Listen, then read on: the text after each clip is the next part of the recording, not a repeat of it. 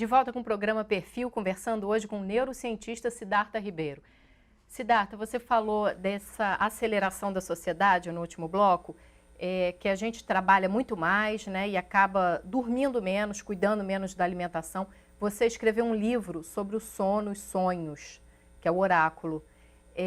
Você estudava nos Estados Unidos, estava numa direção na sua carreira e resolveu estudar um pouco essa questão dos sonhos, né? É como que um cara conceituado numa área científica decide estudar um tema que hoje é mais conhecido como um tema místico, né? Ninguém mais fala sobre os sonhos como na antiguidade, até 500 anos atrás.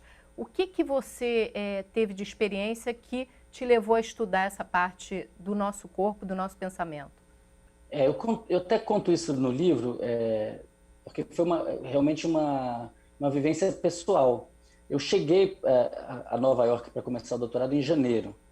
Eu estava atrasado em relação à minha turma, porque ainda estava fazendo mestrado no Brasil no ano anterior. Então eu esperei terminar o mestrado e fui fazer o doutorado. Cheguei lá no inverno. Então o que eu encontrei foi uma situação adversa, porque estava escuro a maior parte do tempo, muito frio, eu conhecia pouquíssimas pessoas e meus colegas já estavam há 6 meses estudando bastante. Então quando eu cheguei eu não estava entendendo quase nada. Então eu ficava muitas horas de escuro todos os dias. Eu nunca estava acostumado àquilo, nunca tinha passado por aquilo. E como meu corpo começou a dormir em todos os lugares. Eu queria dar conta do serviço, eu queria assistir às aulas, queria fazer as coisas no laboratório. E tinha muito sono e muitos sonhos. E eu resisti, até que uma hora eu falei, bom, não tem jeito, então eu vou dormir. E eu fiquei dormindo janeiro, fevereiro, e quando foi em março, de repente, quando a primavera chegou, em muito pouco tempo, eu saí de uma situação de não estar entendendo quase nada, de não ter amigos, de não conseguir fazer as coisas no laboratório, de não conseguir assistir às aulas direito, de não conseguir fazer nada direito e só dormir. Eu passei para, me adaptei a essa nova condição, entendia tudo que estava falando nas aulas, conseguia ler os artigos, discutir com as pessoas, fiz um monte de amigos que eu tenho até hoje. Então, me chamou muito a atenção que aquela sonolência que aparentemente era um problema, aqueles sonhos vívidos que aparentemente estavam me tirando do que eu precisava fazer, na verdade estavam me preparando, me adaptando ao que eu precisava fazer. Quando eu percebi isso em mim, quando eu vivi essa experiência, eu falei, olha, isso aí é muito interessante, preciso saber quais são os mecanismos. O que aconteceu no meu corpo? O que aconteceu dentro das células? O que aconteceu com as proteínas, com os genes? E aí eu fui atrás dessa questão no início do doutorado como se fosse um projeto paralelo, enquanto eu fazia um projeto principal, que era no cérebro estudando a representação do canto no cérebro de pássaros, canouros.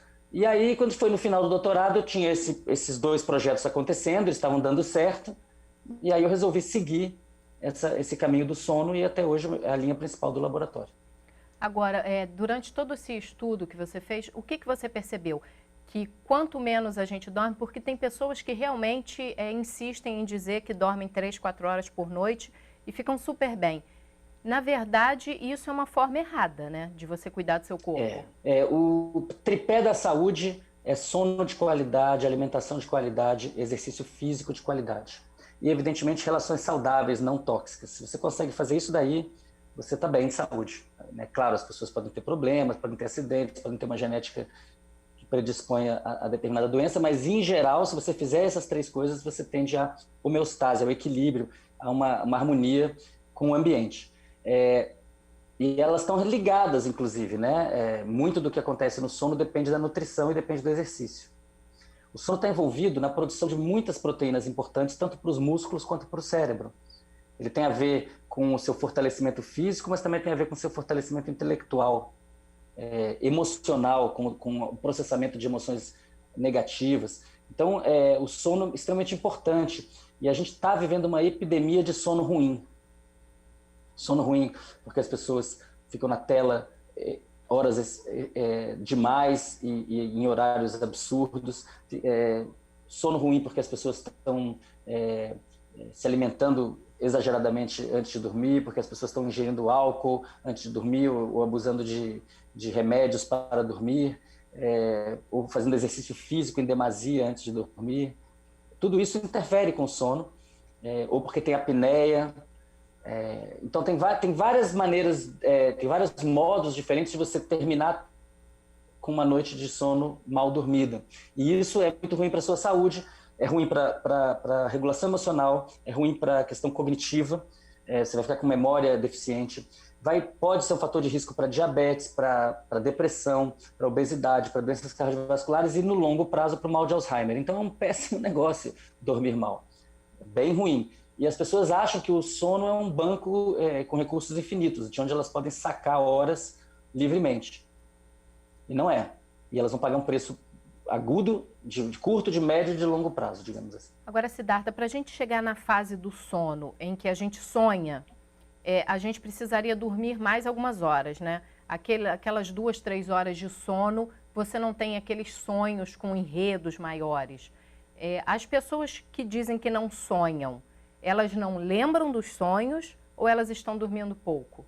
Bom, essa fase a qual você está se referindo é a fase do sono REM, movimento rápido dos olhos, que é dominante na segunda metade da noite. Então, se você foi dormir às 8 da noite, lá para meia-noite você vai estar entrando nessa fase. Se você foi dormir às 10 da noite, lá para as 2 da manhã. Mas, a rigor, quando você fecha os olhos para dormir, rapidamente você começa a sonhar. Só que não são sonhos, como você disse, com enredos complexos, não são sonhos nem longos, nem muito complexos na sua imagética em geral. Podem até ser, mas não são longos. Eles são como pequenos clipes. E aí depois você entra num sono profundo com poucos sonhos, quase sem sonhos, com alguns pensamentos, talvez. E aí, finalmente, na segunda metade da noite, esses sonhos mais intensos. Com exceção de um grupo muito restrito de pessoas que têm certos tipos de lesões neurológicas, quase todo mundo sonha toda noite. Várias vezes por noite. Então, o que acontece na maior parte dos casos, na imensa maioria dos casos, é que as pessoas não se lembram de que sonharam. E não se lembram de que sonharam porque não tem, na verdade, o hábito de se lembrarem. Então, quando você cria o hábito, quando você desperta pela manhã e pensa o que foi que eu sonhei e relata isso, escreve isso, faz um áudio, conta para seu companheiro, sua companheira, seus filhos, enfim. Quando você socializa, tira de dentro de você aquelas impressões e comunica elas para alguém ou para si mesmo, para si mesma, isso reforça essas memórias. Então, cria-se uma retroalimentação positiva, um processo que vai puxando, uma memória puxa a outra. E aí você começa a desenovelar aquele enredo. E quando a pessoa faz isso todas as manhãs, o processo vai se tornando muito eficaz. Então, no começo ela lembra umas 2 linhas, depois ela lembra um parágrafo, depois ela lembra uma página, depois ela lembra 10 páginas. Vale muito a pena, é muito interessante fazer isso, porque a gente entra em contato com uma série de dimensões emocionais e de conteúdo também semântico da nossa vida, que às quais a gente não costuma ter acesso. Então, é uma maneira de ter acesso. E aí tem um outro nível do trabalho, que é o trabalho de imprimir intencionalidade. Não apenas se tornar uma boa lembradora de sonhos, mas também uma boa sonhadora no sentido de alguma maneira, alcançar determinados objetivos nos sonhos. Por exemplo, eu quero sonhar para encontrar uma ancestral minha. Eu quero sonhar para conversar com um professor que eu tive, para agradecer a ele como ele foi bacana comigo. Ou eu quero sonhar com a solução de um problema que eu tenho no meu trabalho, na minha família, no meu grupo de amigos, uma questão. Quero sonhar com essa solução. Os sonhos podem e devem ser usados nesse sentido, e eles foram usados nesse sentido em toda a antiguidade, Idade Média, você mencionou, e são utilizados assim por muitos povos que são exímios sonhadores, povos ameríndios, indígenas brasileiros, por exemplo. Esses grupos são muitos grupos praticam um onirismo intenso, né? Uma relação com os sonhos muito, muito fértil, está ligada à medicina, está ligada inclusive às relações políticas na comunidade. Muito importante o trabalho com sonhos em todos esses grupos ameríndios, assim como em outras partes do planeta. Agora, no mundo ocidental contemporâneo, pós-industrial, a gente tem muito pouco contato com sonhos, as pessoas estão ficando cada vez mais distantes. Quando você fala em sonhos, você geralmente está falando de uma aquisição material, alguma coisa que a pessoa quer comprar, né? E não está mais falando da experiência mental privada, né, e tão importante de sonhar à noite. Você fala também de sonhos lúcidos, né? É possível treinar para ter esses sonhos? Sim, esses sonhos são treináveis, isso é sabido em práticas orientais há milênios, tanto no Yoga Nidra, na Índia, no Milan tibetano e várias outras vertentes, mas também entre os ameríndios, da América do Sul, da América do Norte, América Central. Os sonhos lúcidos são uma capacidade, são um modo de funcionamento do nosso cérebro e que, para quem é materialista e científico, significa uma maneira diferente de navegar as nossas memórias, o nosso inconsciente. Para quem tem espiritualidade metafísica, é um portal de comunicação, e para quem não sabe direito, é uma grande fronteira do conhecimento. Ou seja, você controlaria as ações nesse sonho? Eu queria que você falasse um pouquinho mais sobre isso. Isso. No sonho lúcido, a pessoa consegue controlar parcialmente ou totalmente o que acontece no sonho. Então, ela consegue materializar objetos, pessoas, lugares, realizar ações e fazer coisas muito impressionantes e muito emocionantes. É importante dizer isso. E os estudos científicos nos últimos 20 anos sugerem que os sonhos lúcidos são majoritariamente um fenômeno do sono REM, mas não apenas do sono REM. Eles são uma espécie de super sono REM, com maior ativação na região frontal. Essa região frontal está envolvida justamente nessas ações mais voluntárias, nessas tomadas de decisão, escolhas que a gente faz durante o dia o tempo todo, mas que nos sonhos a gente faz muito pouco. Aí no sonho lúcido você começa a fazer mais ao ponto de poder conduzir todo o enredo. Então você sai da situação de ser uma atriz de um filme cujo enredo você não conhece, que é um sonho normal, para uma atriz, diretora, roteirista e produtora da trama. É uma situação de não completo controle, porque na verdade esse controle é como andar de bicicleta, você pode se equilibrar, mas às vezes você sai um pouco do equilíbrio. Então não é que você chega lá e ele se estabiliza, ele na verdade é uma construção mental que vai se desenvolvendo. Então o aprendizado do sonho lúcido, ele não é só o aprendizado de chegar a esse estado, mas de manter esse estado. Agora, Siddhartha, as pessoas que ingerem remédio para dormir durante uma vida inteira, elas conseguem ter esse sono de qualidade? Elas lembram de sonhos? Qual é a diferença desse sono provocado por remédios? Olha, o sono provocado por remédios, eu diria que tem duas grandes categorias. Tem os remédios que são ligados ao neurotransmissor chamado GABA, que é um neurotransmissor inibitório, que faz os outros neurônios se aquietarem, silenciarem. Então, esses remédios, eles produzem um simulacro de sono, alguma coisa entre o sono e a anestesia, é uma coisa que vai na direção de ondas muito lentas no cérebro. Se você estiver registrando os potenciais no córtex cerebral, você vai perceber nesse momento ondas lentas, e com esses remédios, ondas ainda mais lentas. Então, é um grande apagão. É muito bom para esquecimento, mas não é muito bom para lembrar ou criar novas ideias. Ele é muito bom para você se esquecer do que não tem que lembrar. Isso é legal. Mas e você também precisa, além de esquecer o que não precisa lembrar, você precisa lembrar o que precisa lembrar. E precisa ter ideias e reestruturar memórias com aquelas que você já tem. E para isso essas pílulas não ajudam. Nisso essas pílulas não ajudam. Eu acho que a melatonina, que é um hormônio que é produzido pelo cérebro, na pineal, pode ser ingerida com menos perigo. Eu acho que é um uso mais seguro. Mas também acho importante a gente lembrar que se a pessoa tem uma higiene de sono adequada, se ela se coloca em uma situação de não exposição a telas, de não realizar nenhum daqueles comportamentos que a gente dos quais a gente falou antes, ela naturalmente vai ter os seus níveis de melatonina aumentados depois de 1 hora.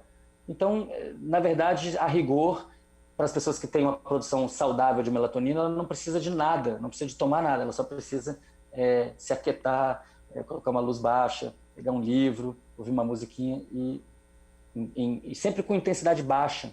Isso é uma coisa interessante, né? É buscar e reduzindo a estimulação sensorial cada vez mais. A gente faz isso com os bebês, mas a gente deve fazer isso com a gente também, com os adultos. Siddhartha, nessa questão que você falou, às vezes a gente toma um remédio para dormir porque a gente quer esquecer, não quer nem sonhar, não quer nem lembrar de várias memórias que a gente tem na nossa vida, né? Mas isso é uma atitude errada, né? Hoje a gente tem várias substâncias também. A gente fala do chá do Santo Daime, que ajuda muito pessoas que estão em estados depressivos, que não conseguem dormir. Tem o MDMA, que as pessoas usam também para traumas. Tudo isso com acompanhamento médico, psicoterapia. A gente tem que aprender também a ver esse lado de coisas ruins que aconteceram na nossa vida e que a gente acaba deixando de lado e no futuro causa um problema ainda maior? É muito interessante a tua pergunta. Remonta, digamos assim, a 120 anos atrás, né, essa ideia de que um trauma, alguma memória negativa pode virar um problema na sua vida, um sintoma, alguma coisa que te incomode. Isso está lá no Freud, isso está lá no Jung, e essa ideia de que então as memórias são cicatrizes, e que uma cicatriz mal cicatrizada vai doer, vai ter problema. Como que a gente lida com isso? Então tem muitos métodos diferentes para lidar com isso, né? Métodos da psicologia, da psicoterapia, de métodos tradicionais, muitos, né? Nas culturas tradicionais, todas essas. Depois os métodos New Age, que misturam as coisas que acham mais interessantes. Então isso realmente a gente tem um acúmulo muito grande. O advento da ressonância magnética funcional, né, a possibilidade de você olhar para o cérebro de uma pessoa de maneira global e ver o que está mais ou menos se ativando ou desativando, isso também esclareceu muito para a gente sobre o que pode estar ocorrendo com pessoas que estão deprimidas ou com dificuldade de um engajamento positivo com a realidade. Então vamos simplificar e dizer o seguinte: se você está vivendo no presente, né, você está lidando com o que está rolando agora. Se o que está rolando agora está bem, está tudo bem. Se o que está rolando agora está mal, as coisas não estão bem. Se você está pensando no passado, você está vivendo coisas que já não estão mais lá. Se elas eram muito boas, frequentemente isso te entristece, porque você já não está vivendo o que era bom. Se elas são muito ruins, isso te entristece ainda mais, porque você viveu aquilo dói. Então, em geral, quem fica olhando para o passado tem grande chance de ficar triste. Estou simplificando muito aqui. Uhum. Claro, você pode estar olhando para o passado e falar, pô, que legal que eu fiz isso, que legal que eu fiz aquilo. Isso é possível, mas não é frequente. Quando as pessoas estão ruminando memórias do passado, em geral, isso tende a decrescer o seu bem-estar, o quanto que ela está se sentindo bem naquele momento. Tem uma outra maneira de viver, que é olhar para o futuro. Olhar só para o futuro, porque ainda não é, porque pode ser, porque virá. Isso pode ser muito interessante, porque você vai construir coisas novas e é legal, mas tem outro lado, que isso pode provocar muita ansiedade. Você está vivendo um negócio que ainda não rolou, mas que vai rolar, e aí, quando é que vai? E aí a pessoa não está nunca no momento presente. Essas substâncias que você mencionou, o chá do Santo Daime, o asca vegetal, e por outro lado o MDMA, que é uma substância pura, sintetizada no século XX, são dois exemplos de substâncias fortemente antidepressivas. A razão pela qual essas substâncias são antidepressivas não tem a ver só com a substância. Você falou muito bem aí da questão da psicoterapia ou do ritual. Então essas substâncias, elas não agem em si mesmas, elas não vão ter os efeitos desejados, elas necessitam um contexto, que é um contexto terapêutico. Então, em geral, não se fala na terapia com essas substâncias, mas se fala de uma psicoterapia assistida por essas substâncias. Claro, no caso da ayahuasca, é uma mistura de duas plantas que tem uso legal no Brasil desde os anos 80. Né? Seja na União do Vegetal, seja no Santo Daime, seja na Barquinha, ou em muitas outras tradições, inclusive aquelas que vão diretamente à fonte, que são os indígenas amazônicos, como os Runicuim. Nesse caso, o setting terapêutico é um setting terapêutico tradicional, um setting terapêutico que está dentro de um sistema de crenças, de uma religião, que tem muita eficácia terapêutica também. Né? Tudo isso contribui para a eficácia terapêutica. Hoje, essas substâncias que são agonistas do receptor da serotonina, que são substâncias que agem no receptor da serotonina, são a melhor promessa para lidar com depressão e trauma na psiquiatria. Estou falando da psiquiatria convencional, ela está abraçando essas substâncias, e essa ciência foi feita nos últimos 20 anos. Aqui no Brasil a gente tem algumas pessoas... Perdão. Aqui no Brasil, a gente tem algumas pessoas que são importantes nesse assunto do ponto de vista da pesquisa. Eu citaria o professor Draulio de Araújo, do Instituto do Cérebro, na pesquisa com ayahuasca e depressão, o professor Jaime Alec, em Ribeirão Preto, com ayahuasca e depressão. Eu citaria o pesquisador Eduardo Schemberg, que fez o estudo pioneiro com MDMA no Brasil, replicou os estudos feitos nos Estados Unidos. Então, hoje é uma nova realidade, a psiquiatria está lançando mão desses remédios, mas é importante que as pessoas entendam que não se trata simplesmente de uma substância, mas de uma psicoterapia assistida por substância. Eu vou falar com você um pouquinho mais sobre essas utilizações no próximo bloco, porque a gente precisa fazer um intervalo. Daqui a pouco a gente volta, tá? O programa Perfil volta em 1 minuto. Fique com a gente.